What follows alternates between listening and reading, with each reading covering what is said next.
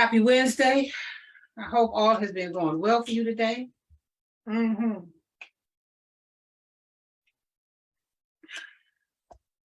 been in a really thankful place, but it's been like that for me for a while now. These messages have just been great for me in having to study for them, great for me in choosing to listen to all the other speakers, great for me to see that God has just blessed me with a team of people who fear God and fear God and value the ministry in such a way that I can take some time off,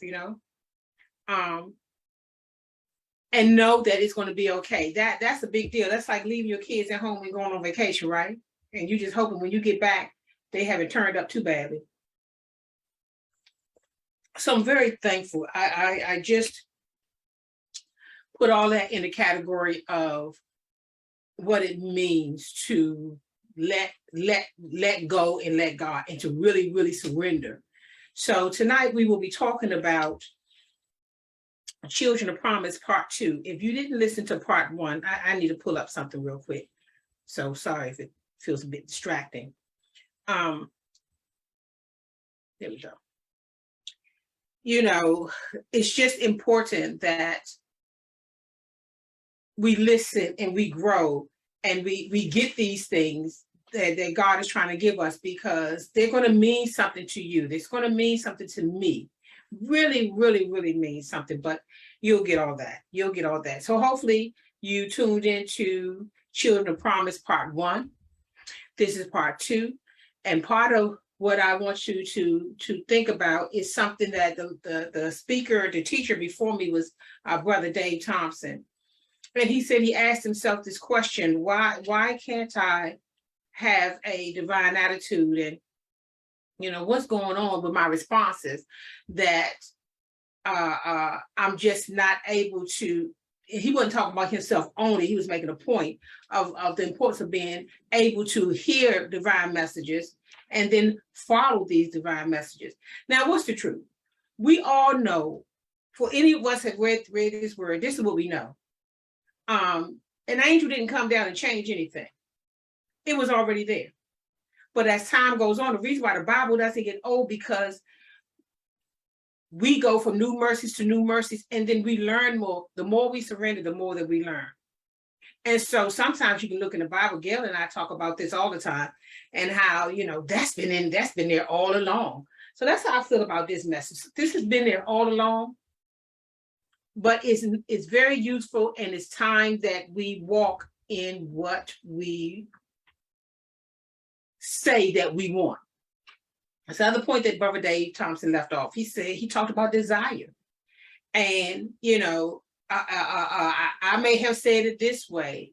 Are you moving towards the truth, the divine desires? Are you going that way? Are you really planting and doing the things that will help you reach the goal that you say, and we say in our hearts that we want to reach? Well, as we go on and go through these things, we'll learn that. So let's go to slide 1.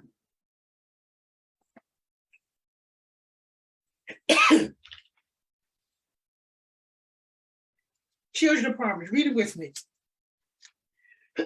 Excuse me. For it is written that Abraham had 2 sons, one by the slave woman and the other by the free woman. His son by the slave woman was born in the ordinary way, but his son by the free woman was born as a result of a promise.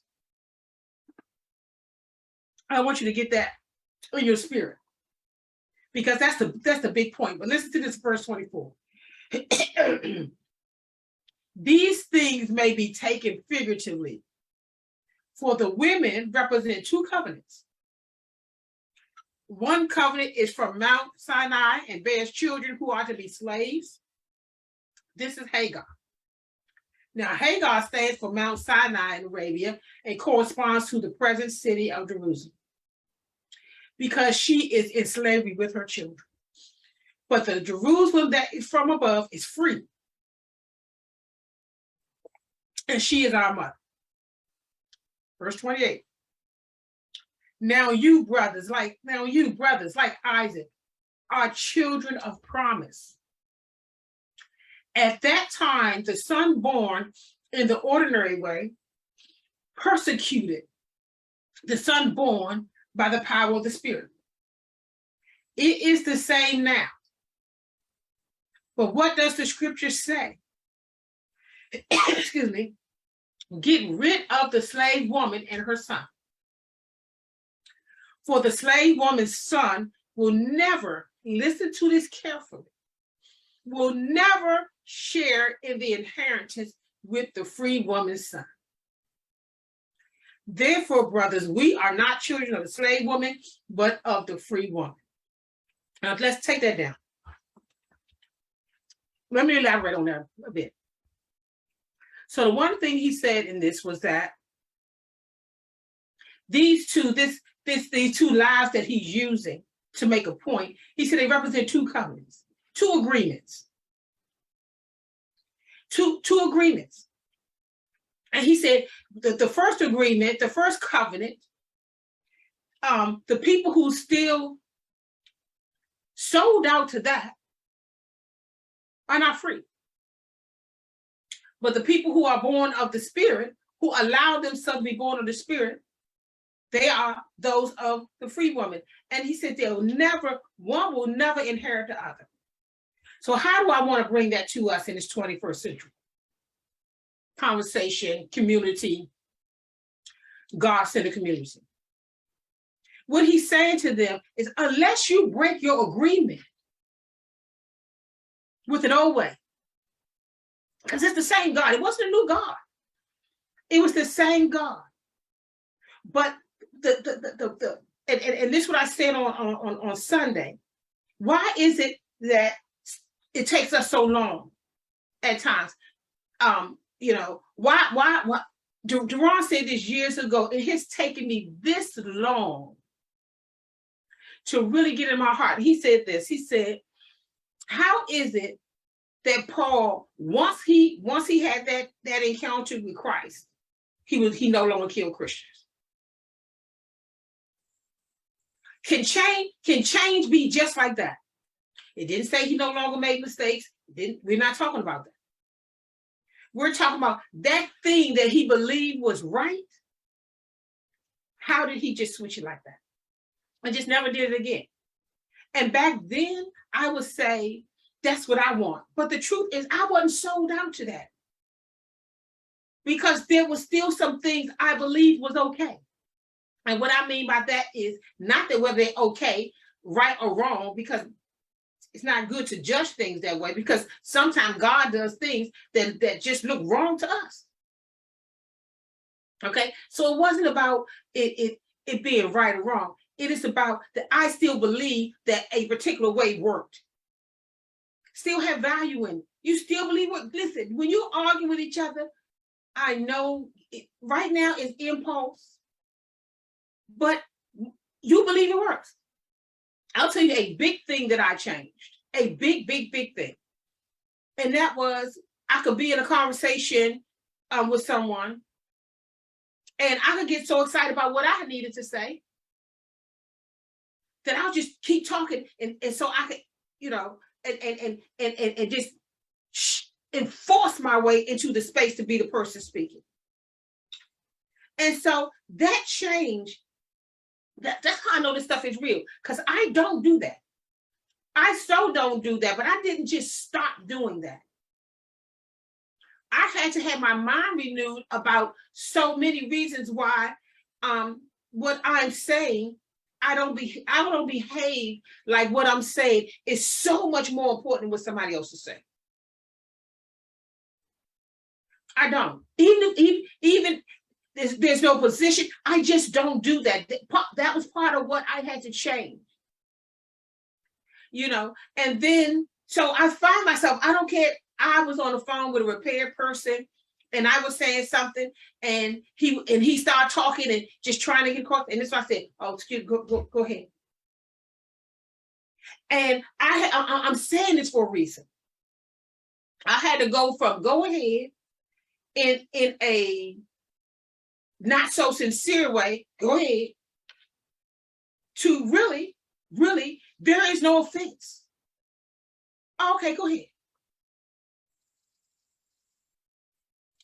Because I don't have to be in a hurry for it.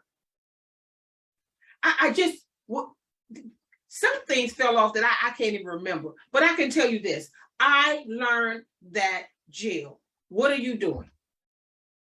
Now, there are so many other things. That's just the one that came to mind. But there's so many other things that really are gone. There's nothing left from.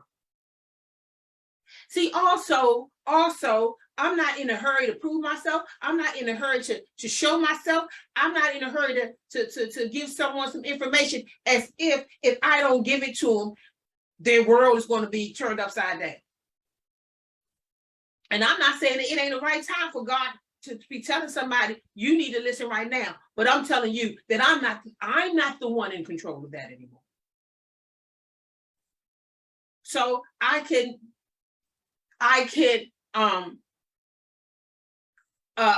what should I say, exhibit a spirit of patience. And I'm not talking about patience because people, so that people can say, Jill, you're patient. It's none of that. It's the inside out thing. And so I know what Paul did, he could do it. But let me tell you let me tell you what will get you there. Because here's the deal. Children of promise, there is a life that deep inside you. I'm not talking about the ones out there where you compare yourself to other people. I'm talking about something else that may not even have words, but you know it. And you're trying to get there. And maybe you're trying to figure out, why can't I get there? I'm telling you, this thing right here, what I'm getting ready to say to you, and this lesson, it is absolutely going to transform your life, because it's simple words. Here it is. Whatever thought you had, take it captive and make it obedient to Christ. See, Paul took his thoughts captive and he had to make them obedient to Christ. It's not enough to take them captive, because taking them captive don't necessarily take you into the room where you break your agreement with. But when you make it obedient to Christ, you take that thing into the light of Christ, not my light, not the light of the people who may be smarter than me, more successful than me, who you think know so much more than you. I'm not. How do I make this obedient to Christ? And I think oftentimes what happens is, I think we go looking, well, I've seen this a lot. People go looking in the Bible to see if what they're doing is right, because they've already judged themselves as being wrong, versus just being open to say, God, I don't want to do this. Something in me, I don't have words for it right now, but something in me says that this absolutely doesn't align with your spirit when I do this. When I do this particular thing this way, it doesn't align with your spirit. And that's all I know. And oftentimes, excuse me, and oftentimes you can find your way through. You can find your way through. But here's what the flesh does. And that's how we're going to talk about these things. But then when we try to find our way through, because the old self who needs to be right persecutes the new self who need to be open and need to flow, the old self that needs prediction and prescription and formulas persecutes the new self who says, I'm just going to wait on God, and I'm going to let God have this. And then all of a sudden, your flesh starts sending all kinds of signs of impulsivity and anxiety. And then we rush off as if we're in an emergency. That's how we keep getting in this space, or staying in this space. Not getting to the place where why do you think this is okay? What's your why? Why do you think it's okay? And sometimes what's okay for you is not okay for others, and vice versa. All you need to know is, why do you think it's okay?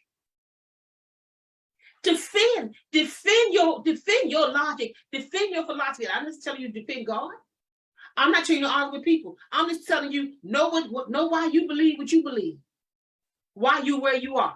One day you're going to look up at what you believe right now. You're going to mature to the point where you won't even do that anymore. Remember, Paul believed that he was doing God a good service when he was killing Christians.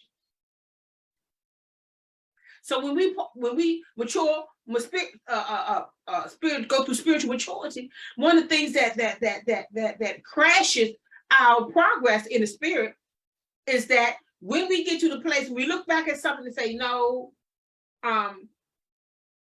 this is how God would want me to deal with this right here. Then we look back at it with judgment.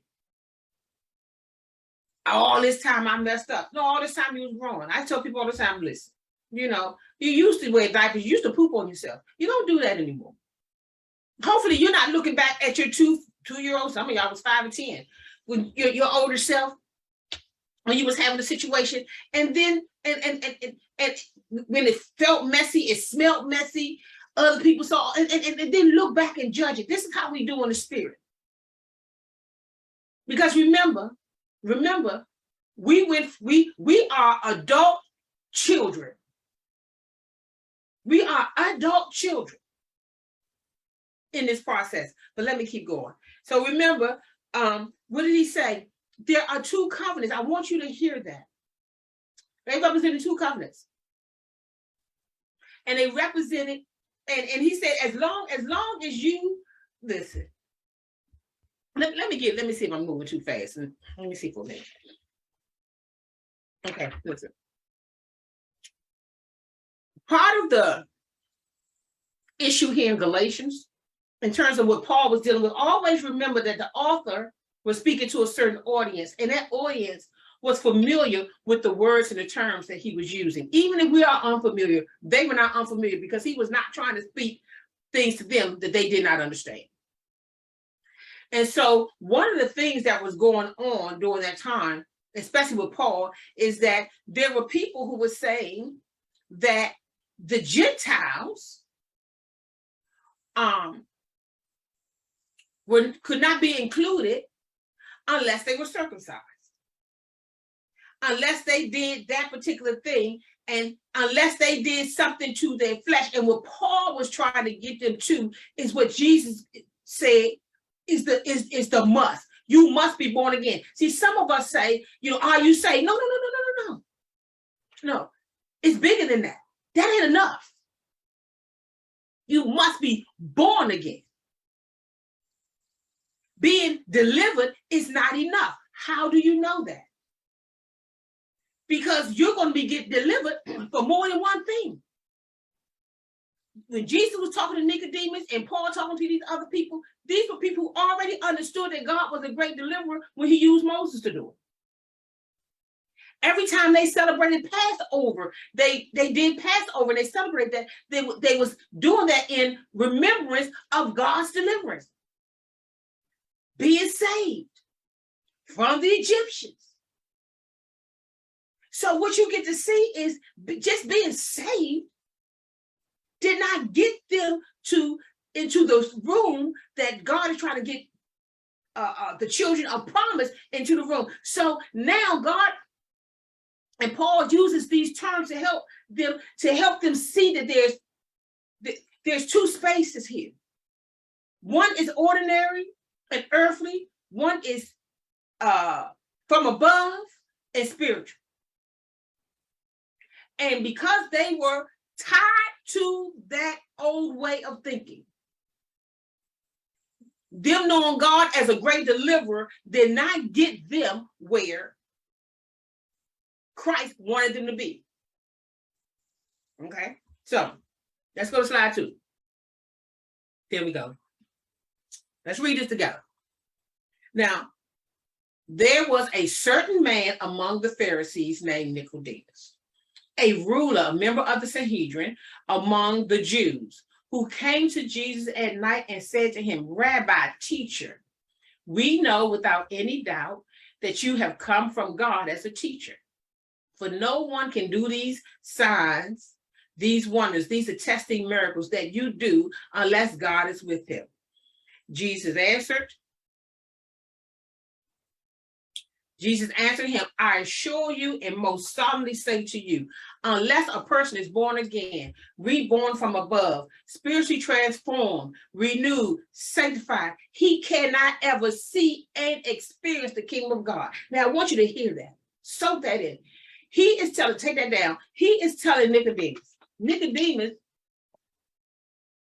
is not at this place where he thinks God is not a deliverer. And notice what Jesus said to him. He said, I assure you and most solemnly say to you, unless a person is born again, reborn from above, spiritually transformed, renewed, sanctified, he cannot ever experience the kingdom of God. So this is what I'm presenting to you today. You have been delivered, but you are not living a born again life. Why do I keep going through this? Why haven't I grown in all these years? Why hasn't certain things come into my space? And that deep inside, I feel are real and real messages to me from God. Why is that happening? Because I think somebody think because they got saved, because God took them out of Egypt, that you can sit back like a fat rat. And see, that's the genie thing. That's the thing. This happened now. Everything is magic. Jesus said to this person who understood, celebrated on a regular basis, the deliverance of the children of Israel. Jesus didn't go back and talk to him about that. He said, listen to this. You must be born again. Now, I want you to see this the way I saw it. And spiritually transformed. This is inside out stuff. He said, listen, you were born by two human beings. They birthed you. And under their guidance or the guidance of someone, some people is even foster care. I mean, I'm sorry, I so apologize for the world not understanding how much love somebody needed when they got put into these rotten foster care homes, because there's some good ones too. But, anyway, that was just a pause for the cause. But listen, what this has to mean is now I have to teach you how to walk spiritually. You learn how to walk naturally. I got to teach you how to walk spiritually. We have to learn how to talk spiritually. I'm not talking about tongues. We have to learn how to talk spiritually. We have to learn how to hear spiritually, see spiritually, everything that you had to learn to do when you were first born in a natural sense. You have to learn. We have to do that as spiritual babes. And I think what happens is, we sing the songs, I got a new walk, really? Really? A new talk, really? Listen, I hope so. I hope so. I have no judgments. But I can tell you this. You can actually not want to do something as bad as Paul didn't want to kill Christians anymore and just stop. That is absolutely possible. But what is getting in our way, children of promise? You still agree that the world can do something on the outside of you can produce fruit on the inside, produce real joy on the inside of you. And until you come to the end of yourself when it comes to that thing, it's going nowhere. Because my agreement says that under certain circumstances, maybe when the pressure comes on, I'm going to be aligned with that. It is okay with me in these situations. So you come to the point where you know that particular thing, God, this is not okay. Because for the reason I'm doing all this because I am trying to fix something that I need to yield to you. And I still believe when it doesn't happen soon enough, fast enough, and my natural self shoots and rises up on the inside, and all of a sudden I'm feeling impulsive and anxious. I got to do it now, right now. which means all that anxiety, impulsivity, it just really, it really means that I'm not going to experience the process of divine delays. Because I promise you, when the delay is happening, okay, you're going to make that delay about the divine delay, or about anxiety and impulsivity, or something you got to do, or before something, or something else happens. See, we must be born again. Got to learn how to walk it now. So when your natural man sends you all those vibrations and that sense that they think I'm stupid, Don't nobody think you stupid. They just doing them. You are giving yourself the message. Listen, if somebody comes out and say you are stupid, then there's something to address. But there's so many reasons why people do things. It's you. Why do you interpret somebody's behavior without them giving you the exact message as a certain thing? I remember when I first, when Deron and I first got married, maybe within the first 5 years or less. And one day we were talking about something and he did this. Oh, I'm telling you, I went at him with it. But, and when he would do it, at first I would just get mad and then just kind of retaliate my way with, thinking that he didn't know I was retaliating.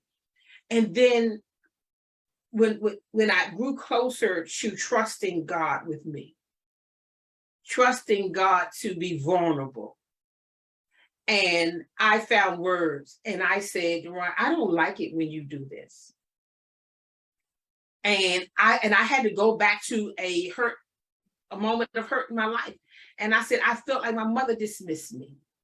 So that thing, it resonated with something that he didn't put there. And I felt dismissed. And he said, Jill, when I do that, that's just my hand. I really wasn't even thinking that. That was just something. I wasn't thinking that.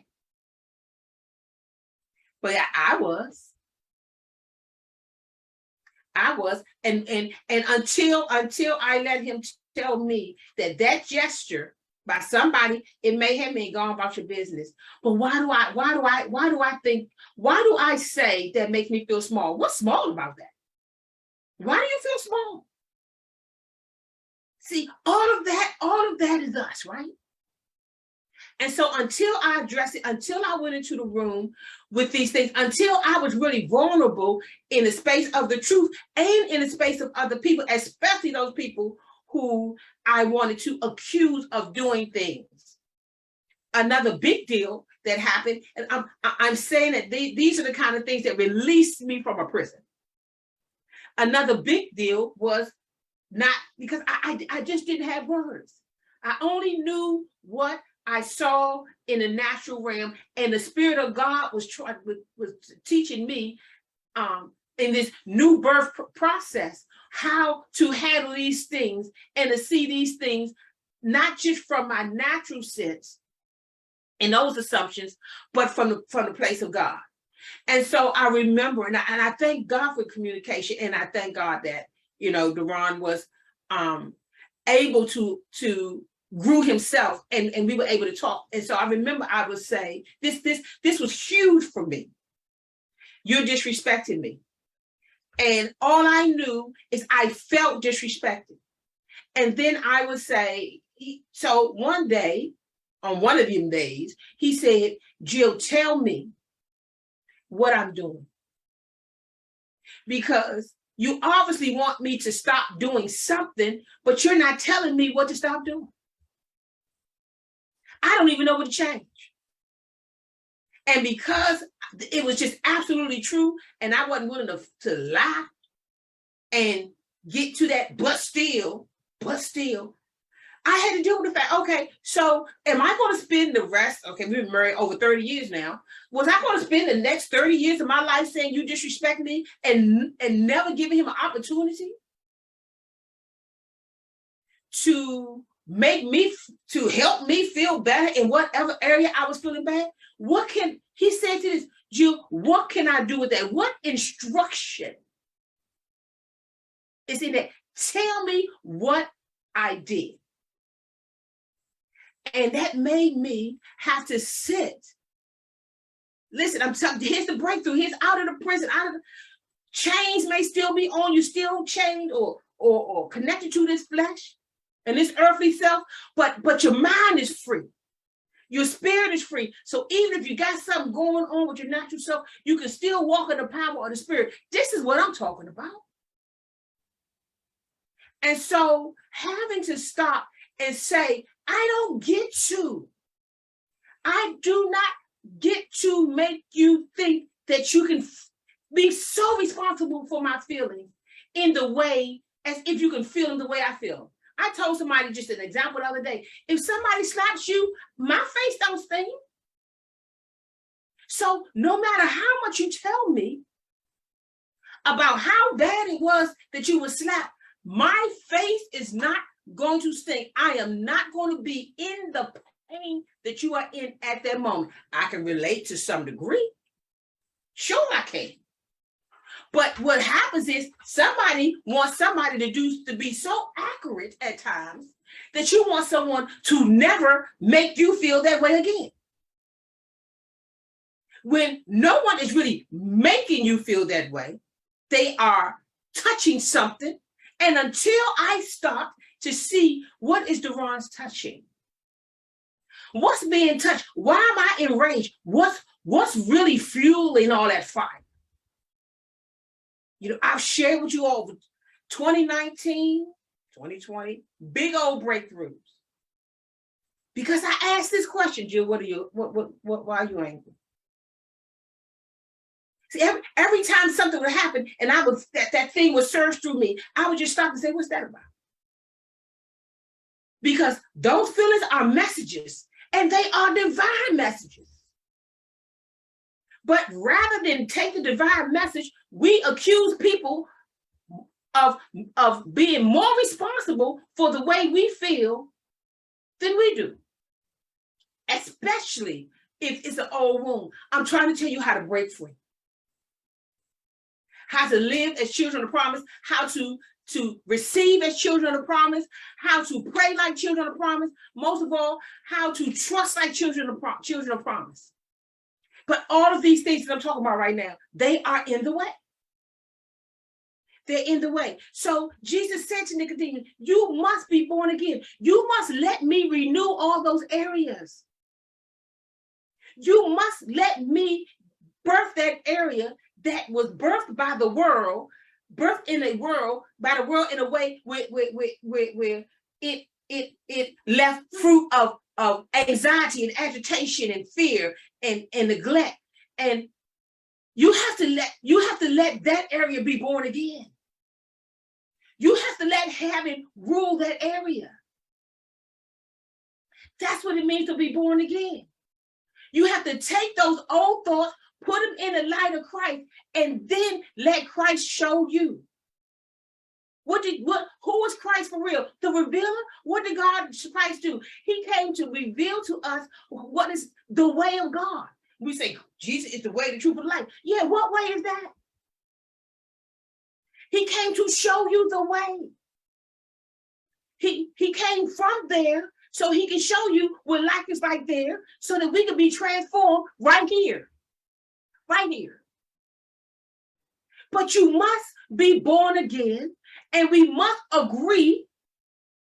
We must lose ourselves from that old way and all of those old vows that Ron used to call, I'm going to call them agreements today, and let God put his word in that space. Let God put his idea about that thing in that space. I so don't take things personally. Today, I was on the phone because I have a property in Baltimore since 2005, little piece of something, and it's a condo, and they delivered a new wash machine and dryer. Thank God for one of the warranty companies, because I didn't have to pay for the whole thing.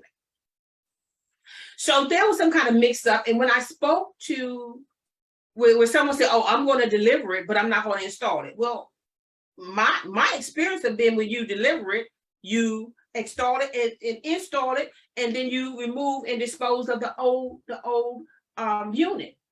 So when this person said he wasn't going to do that, and then he started talking about plumbers and all that, it changed the game for me, and it didn't align with what I thought I read with this company. So I called, and I talked to a young lady. It was really nice on the phone, right?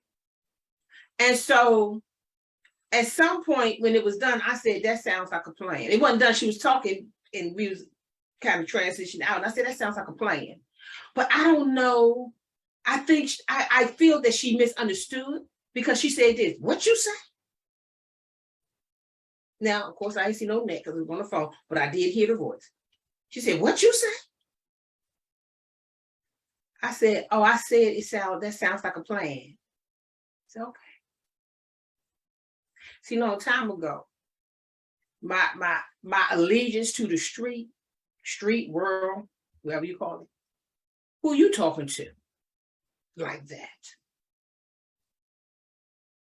Let me say it for she don't know me. I just repeated what I said, because in my God mind, who would be mad at that? She must have misunderstood. But back in the day, I wouldn't give anybody that benefit of the doubt, because she jumped to a conclusion, or again, maybe she thought she heard something. See, I had to fall out of love with these old ways. It's hard to leave a lover. And that's why the Bible can say, Old Testament, New Testament, just how a lot of these things happen because because you're in love with this. There's such a love bond. And this is why, in order to be born again, and in a sense, when it came to baptism, or it had to be like a dying. It had to be a dying to be cleansed so that we can walk in this new way. It had to be a dying. Why? Because you had to decide that your other lover is not what you want. I don't want that. And the principle back then, okay, I don't want to get too far into this, but the principle back then was, until death do us part. So the only way that I can leave you in the spirit and break this bond that we have is that I'm not going to just divorce you. Somebody has to die, right? So symbolically, when we give ourselves and we acknowledge these things and we allow ourselves with the work of Christ, and we allow ourselves with Christ, with the work of Christ, in terms of the work of Christ as in the plan of God, when we do that, then we're automatically making a pledge to the new husband. And we're saying, and when the new husband gets to tell you, and as long as when you get in a tight spot, you believe that old husband, that old way, that old thing can come and tighten you up, you're going to keep going back. But until that becomes dead to you, there'll be nothing. That's what repentance is. There'll be nothing to go back to because it's dead to me now. See, but what I'm saying, it is possible, but you, listen, I'm gonna say it again. Unless a person is born again, reborn from above, you got to learn how to walk again. You got to learn new rules for walking, new rules for talking, or new principles and guides for walking, new principles and guides for talking, new principles and guides for thinking, new principles and guides for responding. Do you want this? You must be born again. You must go through this new birth. Sometimes we think in the spirit realm, we was born adults. So no, we don't need how to learn. Father, we don't need to learn how to walk anymore. We grown. We already know how to walk. No. Born again means that you're not an adult. Not in this one. You are a child. And you got to trust this Father even more than you trust your earthly father to raise you and give you what you need on your way to maturity. But what happens with most of us, We walk in there like we grown. And we all, if this was an altar, I would have been at the altar too, right? But we walk in there like we grown, like what we already know. We're gonna bring into God what we already know. That's why Paul said in one of those scriptures, I can't think of what it is right now, and he just said this. He said, listen, I made a decision not to know anything. When he went out to talk and to deal with some of these things, he made a decision not to know anything. You know why? Because you're human. Come in there with your own wisdom. You gonna put that wisdom in and mix it all up in there with the wisdom of God. More than a few of us do what we do today because we reach back into an old bag and we go back and get our good stuff, that stuff that made people shout and cry. Go get old messages. What's that? But because there's nothing wrong with that. But some folks search for old messages for this way. What's that message I taught and it made everybody shout? Because I ain't feeling so secure in myself right now. So I need to make sure that I go get something that I know is gonna make them move and make them shake and make them. What's that? Go in that room like you don't know nothing. That's when you're gonna get to know. And what did Jesus say? That the person who doesn't do this, cannot ever see and experience the kingdom of God. It's hard for me to move off of that because I think that is rich, and I think that somewhere along the line, everybody so want to be saved, but don't nobody want to live the born again life. Lay your life down, submit yourself to the born again process. You are a child now, or you were a child, and you are a child in some things in the spirit realm where you are an adult of those things in the natural realm. And you have to know that. Because that adult you keeps trying to bully, persecute the child you by saying, what are we doing? We look stupid. Why are you submitting to this? And why are you submitting to that? And why are you listening to this?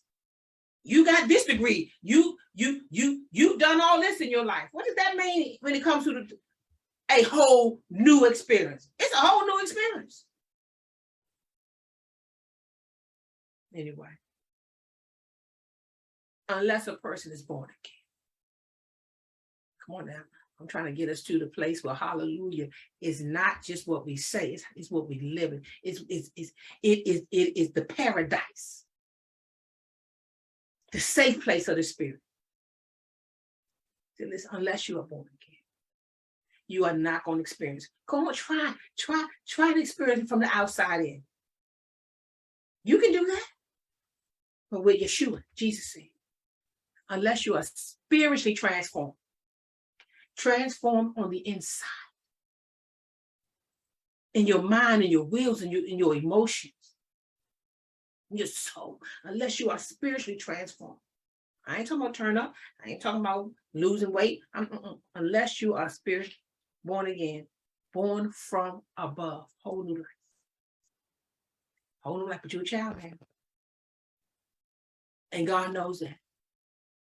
And he's walking you through this as if this is new. But it's hard for us to deal with that. Let's go to the next slide. The flow.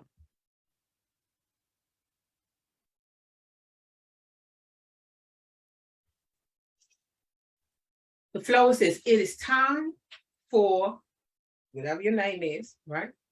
To stop allowing the need for predictive and prescriptive outcomes to determine the flow of the divine nature. One of the things that Jesus said to Nicodemus and John, let me see if I have that on here.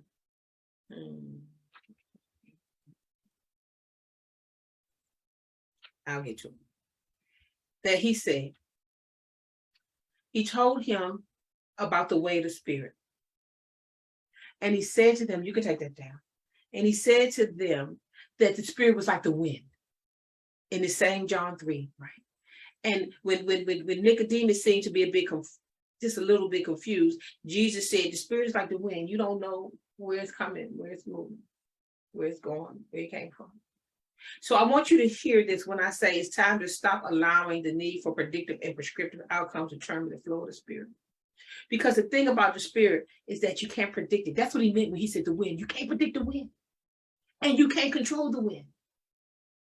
And the one of the reasons why the natural man persecutes the ordinary self, persecutes the extraordinary self, because the ordinary self, born a natural way, need formulas to feel safe,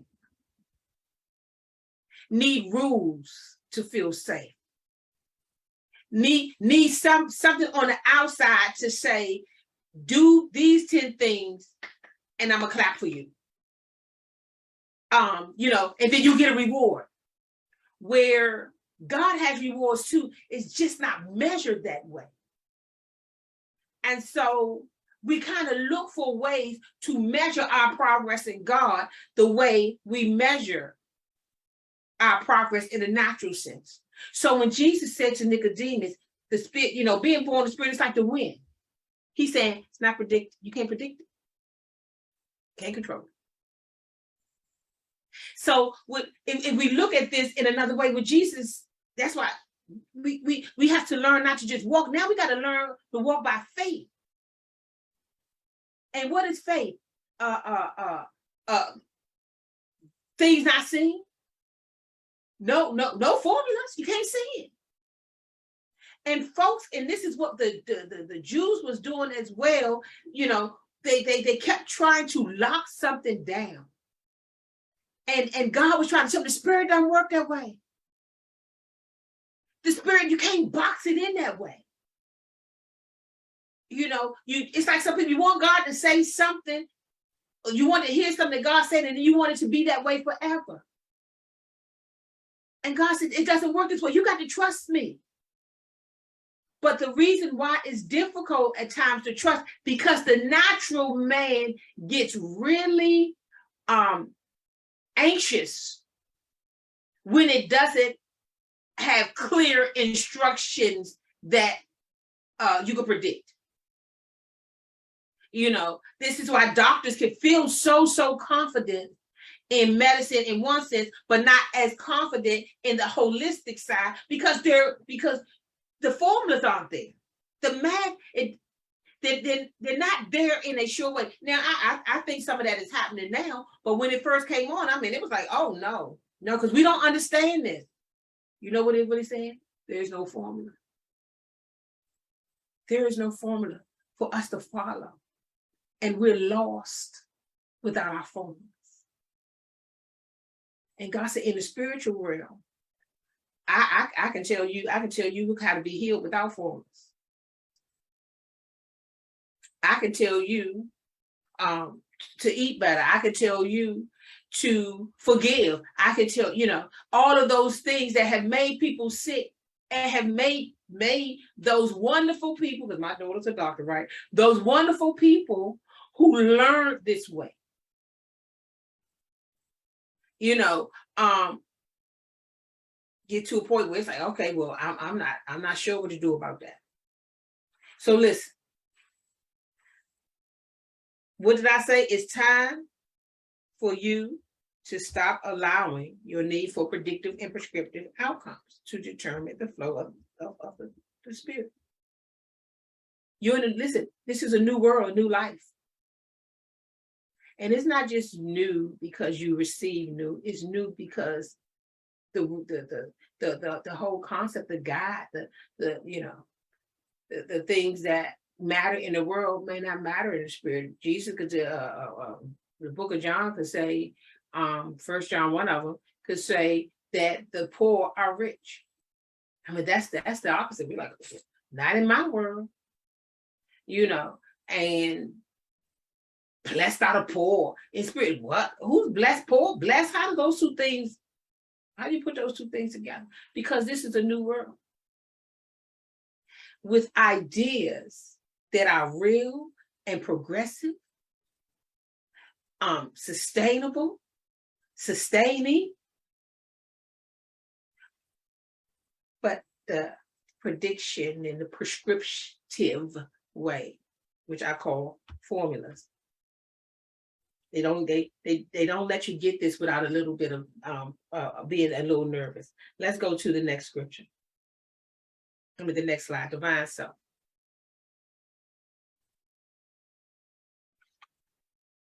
Remember, we read the first scripture in Galatians, and he said that the ordinary self way, the person born in the ordinary way, persecuted the son born who was born by the power of the Spirit. So what's this saying? It's time for you to stop letting your ordinary self persecute your divine self. It's time. How does that look? How does it look? We're gonna take that down. When the ordinary self is persecuting the divine self. I told you some of it earlier, but the natural man wants to predict. And when the persecution happens in terms of it doesn't allow you to rest, one of the first things, remember the whole promise of God for bringing the Israelites out of Egypt, what did he say? So that you can enter my rest. You can enter my rest. And so the true goal is for you to rest. That's what the Spirit is trying to get you to the place where you can rest in God, meaning you trust in God, rest in peace. Lord, teach me to die. Lord, teach me to die, and then teach me to rest in peace. Because the problem is I'm dying, but I'm kicking the daisies up. So 1 minute I'm dying to myself, and then I'm going to snatch it back up. Teach me to rest in peace. Teach me to die your way.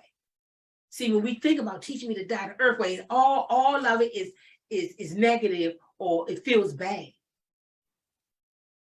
But Jesus will say, for the joy set before me, I endured the cross. So these worlds are different, and they're practically opposite. But we are well versed in the natural world. We have to learn this new language.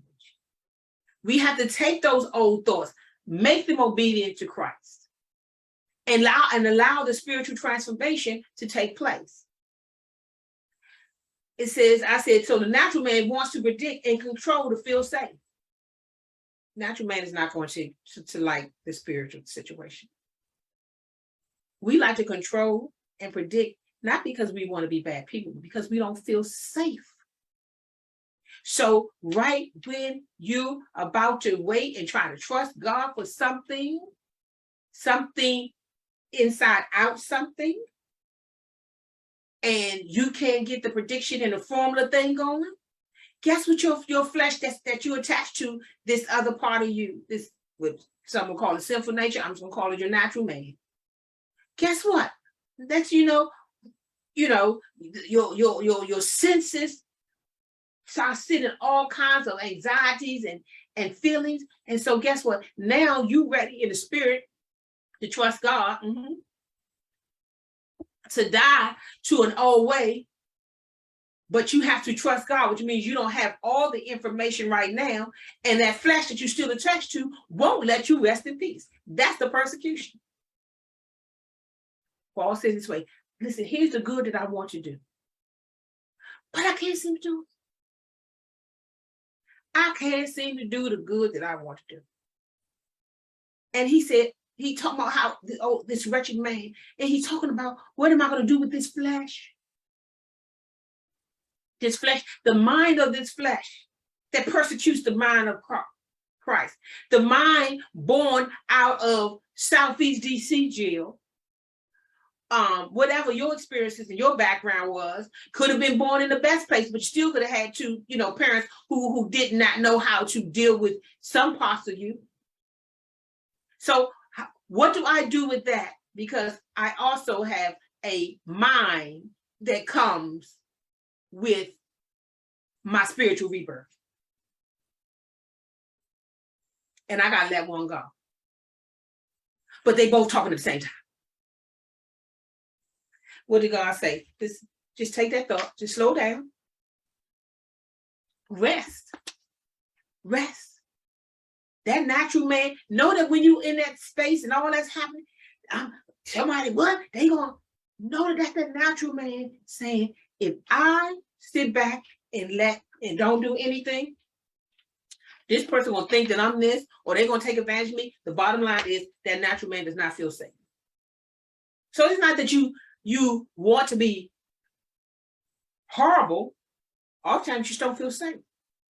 because the flesh is not going to feel safe in a place where it's going to have to die just to live.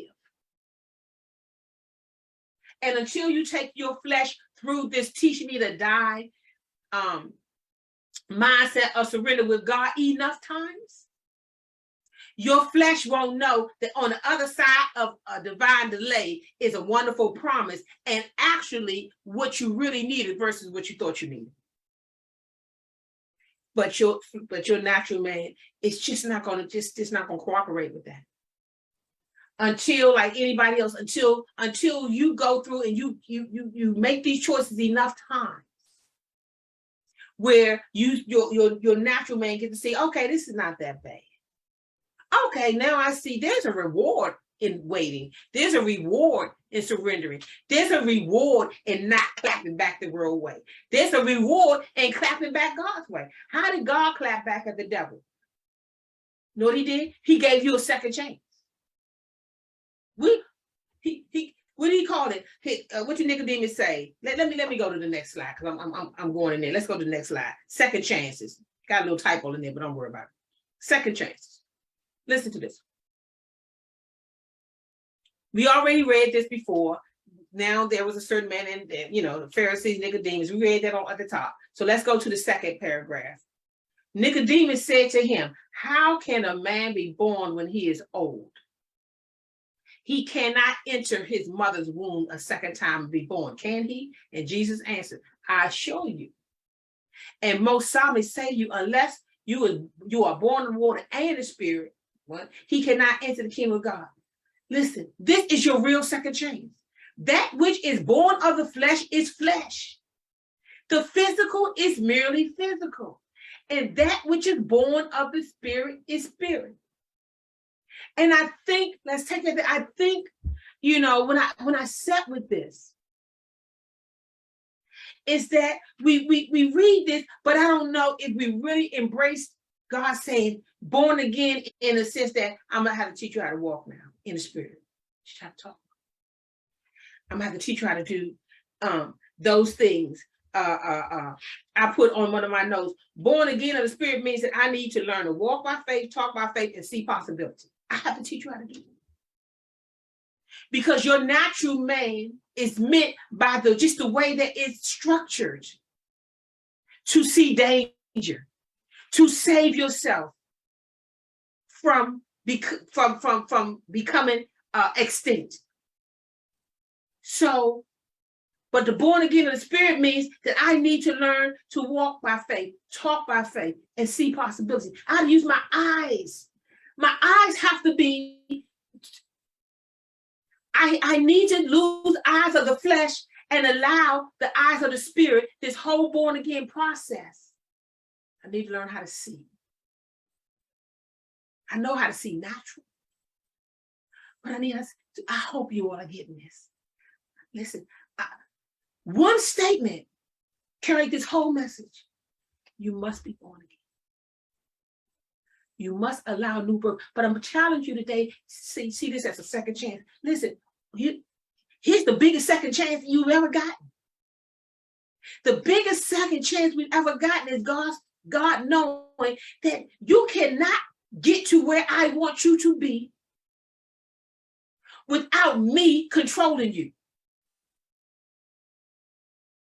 And someone gave up that right. All of us did, because all have fallen short of allowing me to have that kind of control, because at that point you was led by your flesh and you didn't know me.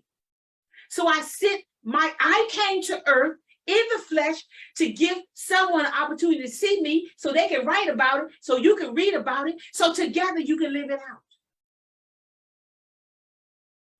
This is your second chance. This is what he said. Can a man, let's put that back up. Nicodemus said to him, how can a man be born when he is old? He cannot enter his mother's womb a second time and be born, can he? And Jesus said, I assure you and most solemnly say to you, unless one is born, you know what he said? No, see, Nicodemus was hearing what Jesus was saying. It was literal. He was, at like a face value or something. Jesus was talking his talk. that you can have a second chance. And right here in this body that did you wrong and betrayed you, or didn't turn out, didn't get all that you wanted, you can have this is your second chance. And I thank God that he didn't give us that kind of second chance where the same thing, it just come back and bully us and take it. He said, nope, because I'm going to give you power with this one. Not this second chance. In this world of second chances, your success is backed by me. Your success is backed by me. It's backed by my promise to you. But what did Jesus say? Did he say, God promised you that you will be born again? You must. You must come in. You must come into the space.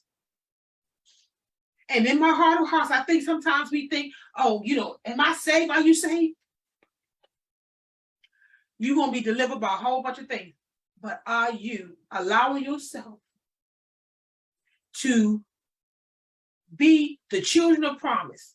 But the door that you got to go through is you must be born again. You must allow the Spirit to renew not just your mind, but your eyes, your mouth, your heart. You must allow these things. But you also have to remember, and we have to remember, is that here's the simple words. The natural man wants to predict and control to feel safe. And excuse me. And God, and Jesus told Nicodemus, spirit don't work like that. So you got a choice. I remember when I was working so hard when I dealt with just trying to minister in such a way as I grew, and kind of meeting some folks who talked about a safe place a lot. And I remember realizing that I couldn't be what they wanted to be, because when you don't agree with me, now you don't feel safe.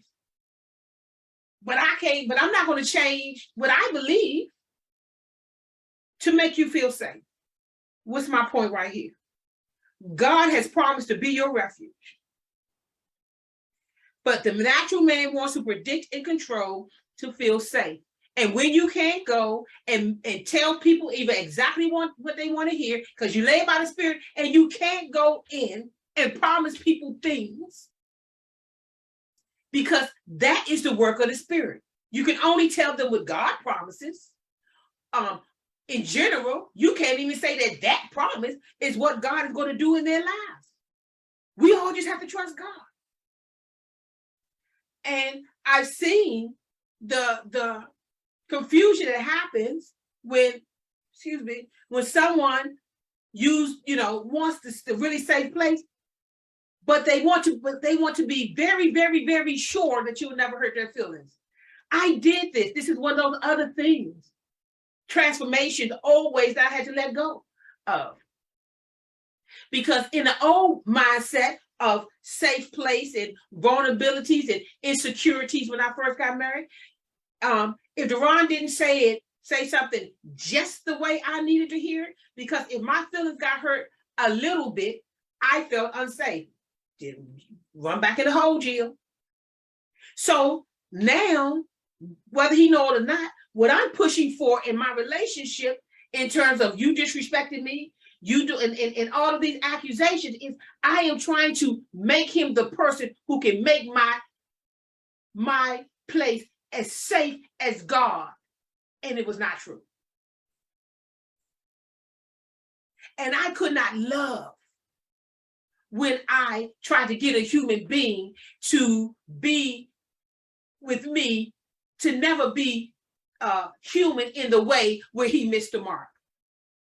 And then if he missed the mark, I became the person who was either get back or don't say nothing or shut down. So now everybody's walking, walking. Well, what do I do? Jill, there's no pleasing you. Yes, you can. Guess what I just said? Just do exactly what I say do.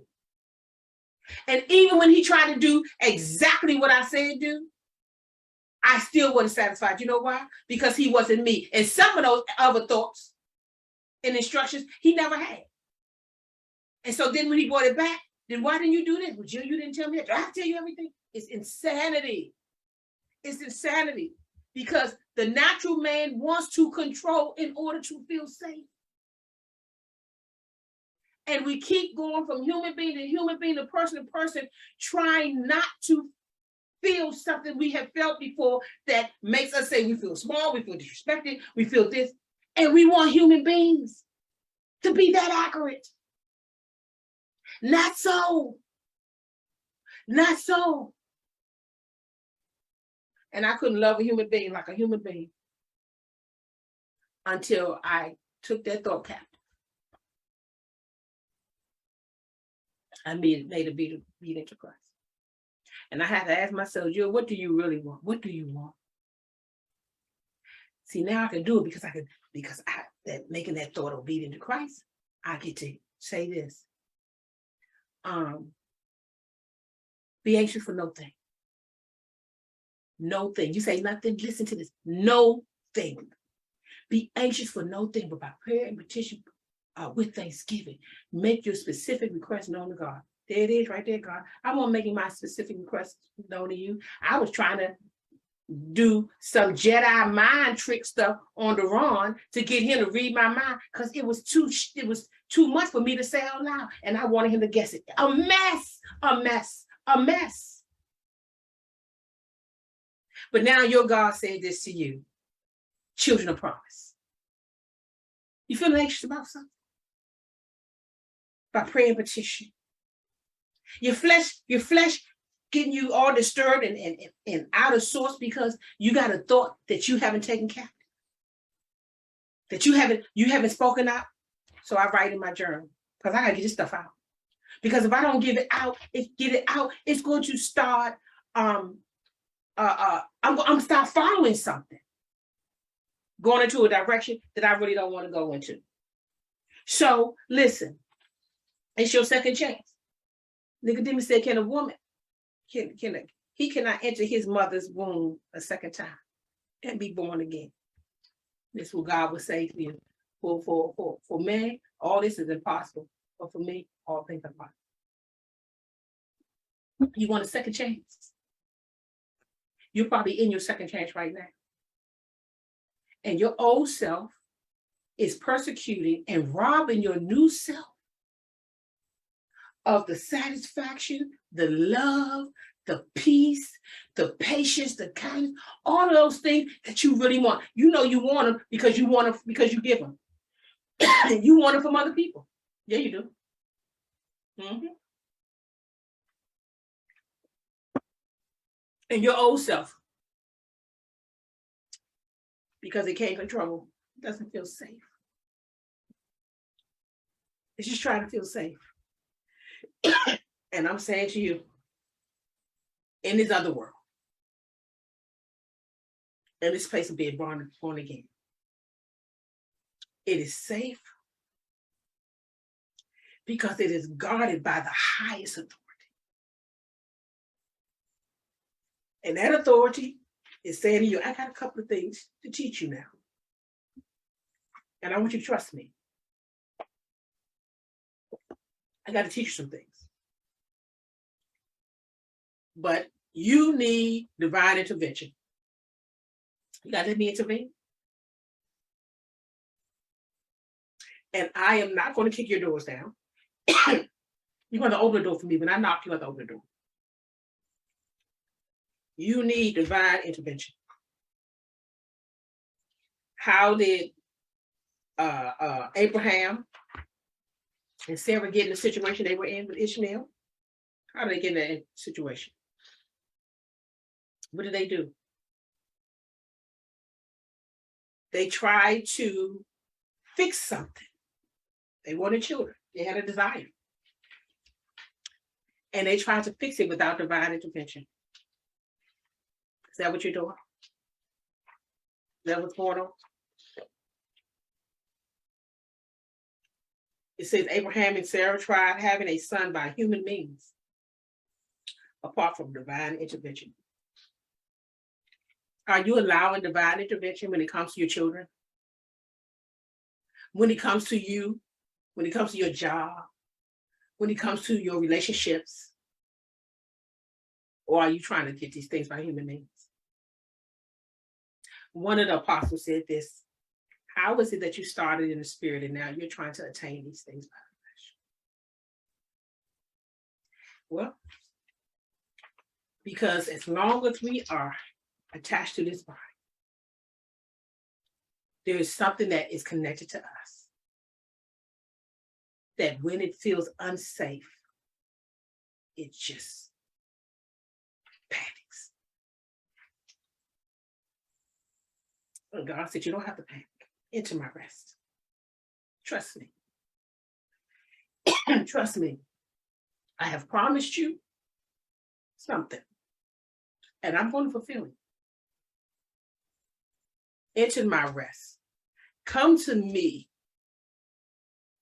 even while you're heavy and burdened. Don't try to get yourself together first,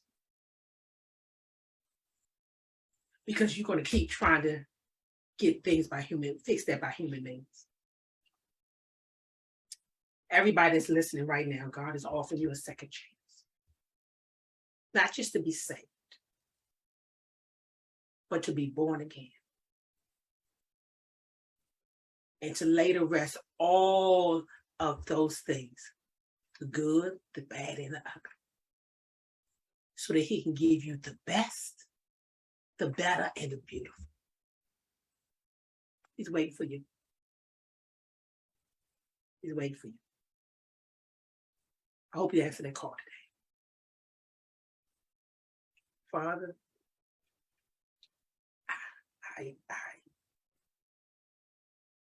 this ain't working for me. Don't want to know. Receive me like a child, and help me to become all that you know I should be. So I lay at your feet right now. The heaviness, the thoughts, the rejections, the abandonment, the disrespect me, the make me feel small. I lay all that at your feet, because that is coming from my natural being. Not one person who did not obey God made God feel small.